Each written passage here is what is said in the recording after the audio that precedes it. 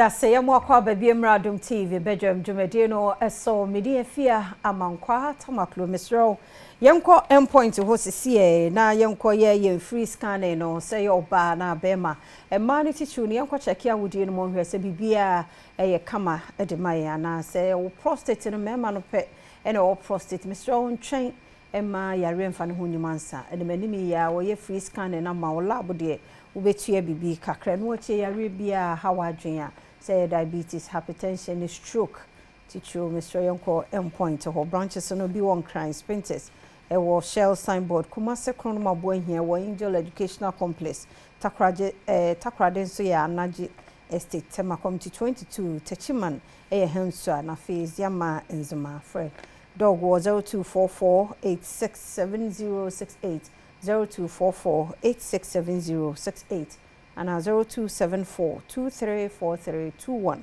endpoint homeopathic clinic the end to chronic disease enti one no enka CCA yare bia how do friend no CCA na obejo so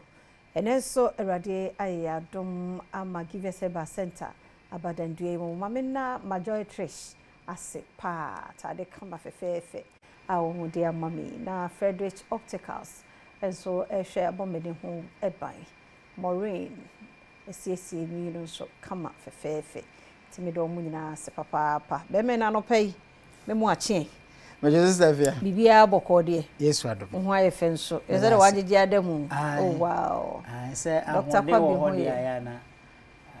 bibia wo ye bia na say reflect what you say ho aye fe pa ho aye fe na say Dr. Kwabi so ho ya doctor ho ya pa nyame ase wadaroma enenu na ba ye hwe ne ye wo ye ni peduo ayo nti me hye enuru na se no ye fankrofo wo adwuma mu ese ne ye pe truck drivers omo betwi science trucks na ye de FM ye supply no ye supply no ye pe bi nti se wote ewo do wa side a obetimi anya sa adwuma bia ye wo station ngwa side nso a obetimi anya sa car we na watwi sa trucks ni bi na watwi nti license ni ye valid nko ade a free number is say a nti mi wie nso a mesade atudwa nti mesrew January ye ntamfa nkofo adwuma mu opportunity January no cry say yi nkofo fi adwuma mu nti se wanya opportunity we dia mesrew for 0240 no Maybe number no 0543 222470 0543 222470 me number come dey yo nti so your truck driver fresh number no say ya obenya adwuma aye say ya mo friend tamo enya fe no work first come first now doctor say wa wadwene ye adwuma pe say no nko na criteria obi on more tifie ne akwaje license abre no oga chen on start car kra wonti menye nti mesre wa wadwene ye adwuma fa sa number no na fe ye mo ye ho ban ye mpa hodin bi emre ni pedua no hwe se wo ho nye den da bia oda sore no aye moso da bia wo yare ofuafua nti adwuma amanfo pe wuntimi nkope bi office adwuma ntimi nye bi ankura adwuma nso ntimi nye bi sanse se ntosi kura na abefa abegu fia di nansa ntosi ni se nro no omde hyehye ni nya abepro enya adoa ebepro carrot kura de yenka nasem ono anka so ogu fridge mu no ahya ase yemre nti no se wawo ye wadwuma ne se ahodin ni mu a obeboka ye mouse kampempem a obeboka uyo obi adwuma nso na se da bia wotifie adan ya mitiri pa me memfie me ya me gonjom pin atu menye pin me ya obepam wo fie adwuma no nkofo opadwuma wo nkofo opadwuma enti yenura ye de ba adwama nso ye bo ho dawuo e wa Adom TV so any affiliate stations ni other stations ni nyina no kire se ye boawo amwanya ahode mapa na wo de akonnwuma so aba enti se wo ye bema na da bia wo de ho to sa na wo sorte adwendwene ne dose adwuma e wo so ye ofie no ntimi nya dia menua wanwe ye bekum enti edumre bia se o na ma ne na ekum ma na masa wa na ekum ho se wutimi ye wadwuma yie efie de wo so de bo afie wo boa na ade sanso a wudi wo mensem a masa da bia wo be pie no anim sere krachi a wabosa ko da gina camera ye kire wananim nyina sere kyese anope wo so de ye no wonum ti ans wo ba na wantimi anya dwuma ne wo fie mpa so sister fie ho na ema oti anope yi krachi no nsia abo no so de nkwadwuma monka nche papa no monko sa nsuo nsi papa ho aha chese fie nye de menua eba ne saa chese waye mre wo mpam mesrewo eyaduro we nuanom give us cool capsules say it say anete be ma bia waso ne sisi eda ho sei enti kire se sisie no sa ahoodin ni mu a wontimi nya dwuma wontena ase yakura wotena ase na wo sode a eye problem wote ase wontini no ankase munyina sisi enti se wadas wasode anopa bia nkoanya TB nsuo hie bia nom na niema ne nam niema mu ni ade no wo de ndie mfifire ne bi ntew obi wo se me de mfifire ntimi o hello mfifire ntew nipa mfifire ntew yo ene ye wa wasamwa kire se wontini no munyina sisi enuane a wodidi die ene niema bi a ono no nom no emwa mantini no mu ena ho ejimesrew adura a wo benom ene give us cool capsules say nete say ya enete into uko drugstore ho no ma also pe give us cool capsules ebeboa obi won so a waposa nani aposa nani kala yi asesa wahu yesi wudi starch na wudi hwan wudi banchi wudi brode atie na hya no so se brode no enha niema bi wo mu ayete se fiber ententen bi wahu mabaa bi wo mu a wudi a eno na boa ma etimi digest wo nipadua no mu banche mu amudwa banche ne se mu ni menken so the same thing enso ya gene se wudi banche ne wudi brode wudi menken no a ena ma ukoko eye kese tie na hya no so se enuane na wudi no de ntimi digest no de ye nchansi mu nuane no enu akọ nipadua no ma digest ntam o wuni ma na ma menka nkyerɛw eti aduane bi a wudi no make sure se wobedi aduane a fiber wom obi di akutu a omini nsuo ni nyina no wato nuane no awom na to atwene ene wa anom akutu nsuo no kura na nkeye eti mesrawo sa nuane na agusu a wudie esamsam nuane eno ya sone so enti fiber na awom ni nyina akọ enti wudi eno no na ehye wafunu kutu wafu ya dokoso sabese asa nkoda di mu atete wote ase wo hom ya na to sa utiri mu nyina amama nginem mesrawo kope give us cool capsules na tono obetimi akoto asode betimi afaade wo fom wani so bete wan na wo kasa nso apampan bi a machire wo ye ton drugstore ni pharmacy shop bia fresh 0543 222470 so obema no nso eguso a ye animgu asede de ama na ye 2 minutes a veins no amama ina abegumo ahoɔden nim ejentimi nyina so mmuru 2 minutes na 2 minutes de mekoya na me baaye ye timi nyina ba bi dwonso ba 5 minutes o entina se yakoya adwuma ne yakoya ni 2 minutes de ayakoya na se ye baaye bema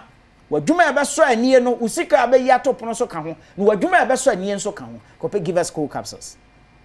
na tono mebeyi veins no emu amama ni nyina de afiri hwa ma ho ba ko wenso wa ha ma mema ni di mensem preko pa ye frɛ give us p capsules p ni nyina ma power ejunum give us cool capsules na de p no nso ka ho say na tie we na yi nti no mu amakwan abedam we na we nso no makire na ewoso niema na esheki niema ba ma na hyerenke a na epia ne ba ebetimi agina so ache na ye adwuma yi ye be ma omo apia so de mebre ya no pai ye ma ni ti num ye edi brodo ni kosua ka ho no ya na ni ma sere wa bonti sakosako no wonso ye be ye obi ofie fresh 0543 222470 drugstore ni pharmacy shop bia chemical shop bia benya bia to wo ho aduro ni say na tie ni me yenom ebom food and drugs authority age atom ntime mfa ni agro why mesra wa kone kotobi woto ya afre number no ne nche okwan befa so abenom no obi onom kra ne be ma na ntimi nsode kra be na awotwe ni be ma ne nsode ye mesra enuro mienu wei sa woto na ofre ye ne a ye be kire okwan befa so abenom no ne beboa wo e be sa amani mu so ebiem mesa nso ewo wei wa ha infection de me ho hia me pa sa wo ye be ma wasiso oba wasiso na de bia infection tete mesra ya enya kono enti papa ne ba fia wo nteme ntena wankasa aye be ma wo de akwa hyehye ba bi ni ade enti wonamo a wo be ma mutimi ka odwe na do nan pem ho infection ni bi no wojo nsokora enye ye dwonso ni ntimi mantoa so e ba toto enti won satan bia akodwonso wie na se ka na wokotena mu se wataade no hye wie abonso obekodu fie no ne mu kankan dwonso ni bia ba besene obu adwonso nso kanoa dwonso kanoa wontimi nyina so 1 second kra ebe fa ne na ho aba besene mesrewo kope ye nure bi to wate we na beboa na asiesie wo na ama wanya ahoden mapa na dwonso no nso atimi flow yi mentena ho ni agro ka nkyere me se ye de ya to nru ato ai wonto aduru ebesa o yade enne enam de aduro abrewo give her GC capsules ene ne mixture ye num ni mienu nyina bom ekuro bi ewo nipadua no mebekum no wa wodwonso a moja wo mu wodwonso a ne mu apai mienu wo ba mu timi keka wo am watitia wo ha ne wo hem se oyi a bombs bi esisi wonom no ya na nya nika wase kwan ba bi timi keka wo a wo ye ho hwe nye ye wo to nyina bra ensangu sister ensangu kope give her GC capsules and mixture na tonom ye num ni mienu nyina bom ye ton drugstore ne pharmacy shop bia edumire bia bonsa sabe eniema bi efifiri wase ba bema no kra no etumi dumire bi a ensufin bi efiri ba ma num eba na atare wo supporter num tu why create me why ba ma na no firi ho e ma no so sa ensufin bi enyan pa na egu infection wanya ba bi a wotie ye adwuma efi a wotimo nyonko a wo na use WC no enti nya de a obi ba koso bi bia na infection wona ho mesrew numadura bi na mo ho ban give her GC capsules and Mr. Senate ye ton ni mienu nyina bom ye num so bom eti fra 0543 222470 sa woto afre ye nkyere o sade obenom no ebeboa na asiesi awohuru fin no haw ene amane ni nyina afi nipadua num amwade ho pa fra 0543 222470 na mama sanka ncho say yegusu a petrak drivers ya ye no mbe ye adwuma ye office no a eno e was painters ni ehia bi wo ho ena afei edodo wanso ye hia bi e wo ho no nti wo de so otimi fra first come first serve doctor say ukita driver's license na say wadwene ye adwuma nko ade a obenya adwuma ye ena afei wo ye oba nso female marketers nso ya metena cars no mo distribute enro no na bibia nso etimi aye kama enti eno nso betimi afresh say ya make say ya betimi afre na franka befa na wo no wabonkomo 0543 222470 0543 222470 nyankopon kan ye ho na o me ya hoden da bia ya da give us Herbal Center for us yegusua yese yemwani nyina yen support free policies for a healthier tomorrow support smoke free policy eni kwanse ye nonom ye cigarette ne ho ne ma no wo public places terminals nom ne ade emra no wo ho wonum no wo de wo enjoy life but the onam nchen no secondary smoker no ne de ne dangerous pa be wi ache na yare ade a wonum bi da obekọ hospital yes wonum nsa na anum cigarette na eno na affect